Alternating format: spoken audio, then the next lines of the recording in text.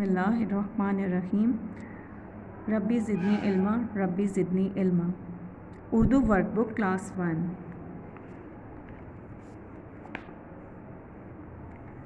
سبق نمبر 4. سب سے پہلے آپ تاریخ اور دن لکھیں گے اور آج ہمارا ٹاپک ہے حضرت محمد صلی اللہ علیہ وسلم کی ہم مشق کریں گے. املا کے الفاظ: مکہ، تقسیم، نصیحت. ٹھیک ہے، یہ ہم 2 دفعہ لکھیں گے.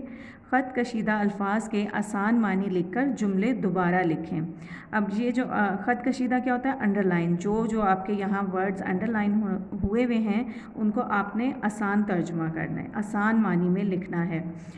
جیسے آپ صلی اللہ علیہ وآلہ وسلم کا پیشہ تجارت تھا. پیشہ کیا ہوتا ہے؟ کام. پیشہ کا جو آسان معنی ہے وہ کام. آپ صلی اللہ علیہ وآلہ وسلم کا کام تجارت تھا.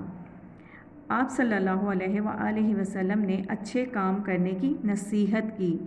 ٹھیک ہے، آپ صلی اللہ علیہ وآلہ وسلم نے اچھے کام کرنے کی تاکید کی. ٹھیک ہے، آپ صلی اللہ علیہ وآلہ وسلم نیا پھل پہلے بچوں میں تقسیم کرتے. آپ صلی اللہ علیہ وآلہ وسلم نیا پھل پہلے بچوں میں بانٹا کرتے تھے. ٹھیک ہے، اب ہے جملے بنائیں. الفاظ جملے: عزت، میں بڑوں کی عزت کرتی ہوں. سچ، سچ بولنا اچھی بات ہے. تقسیم، میری امی نے پھل تقسیم کیے. صفحہ نمبر 11.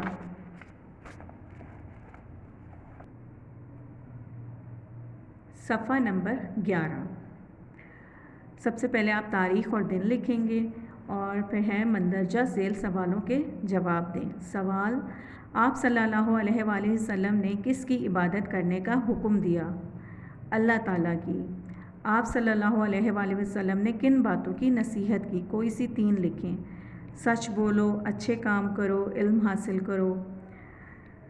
جب بھی ہمارے سامنے نبی پاک صلی اللہ علیہ وآلہ وسلم کا نام مبارک آئے تو ہمیں کیا پڑھنا چاہیے؟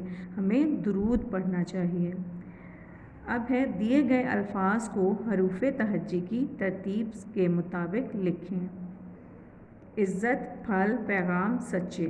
اب آپ نے جیسے انگلش میں الفابیٹیکلی آرڈر میں کیا تھا نا، اسی طرح حروف تہجی کی پوئم پڑھ کے آپ نے یہ والا ورک کرنا ہے. سب سے پہلے کیا تھا؟ پیغام، پھر پھل کیونکہ پے کی بھاری شکل پھے ہے اس لیے پھل. سچے، این سے پہلے کیا آتا ہے؟ سین آتا ہے تو سچے. اور پھر عزت.